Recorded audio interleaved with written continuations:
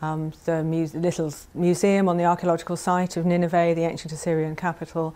It's 14 years since I visited there, but nevertheless it's a familiar place, and these are undoubtedly genuine objects. And you've been through these images frame by frame. What sort of artefacts are being destroyed?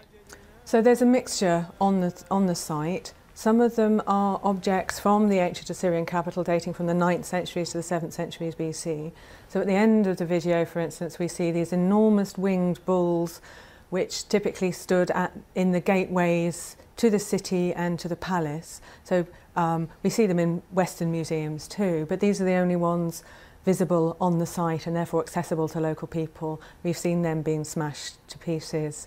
There are others, statues from a nearby city, Iraq's only UNESCO World Heritage Site, a city called Hatra, which was one of the early Arab desert cities, a bit like Petra or Palmyra, which was occupied in the 2nd century BC to the 3rd century AD. A lot of those statues which had been damaged in antiquity and carefully put back together, those have been knocked to bits again. But there are also modern casts of ancient objects in that museum too.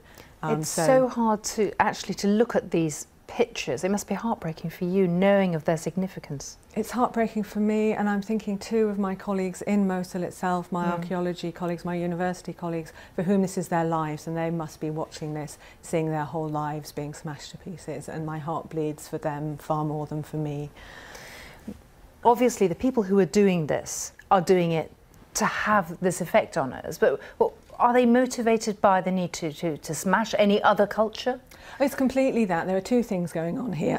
One is looking to shock and terrorise the whole world. This is the cultural equivalent of those horrible beheading videos, right? We're meant to feel repulsed and angry and powerless.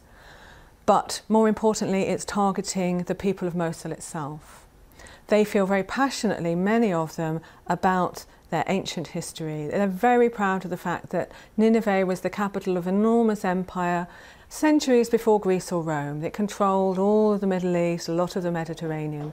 So they're enormously proud of it, just as we in Britain are proud of our ancient heritage, even if we don't have a direct connection to it anymore. So ISIS, now having attacked a Christian community, the Shia community, the Yazidi community, is now going for local identity rather than religious identity. And I think they're feeling particularly under threat now that there's all this movement afoot for the Iraqi army to come and drive them out. This is a very desperate attempt to direct attention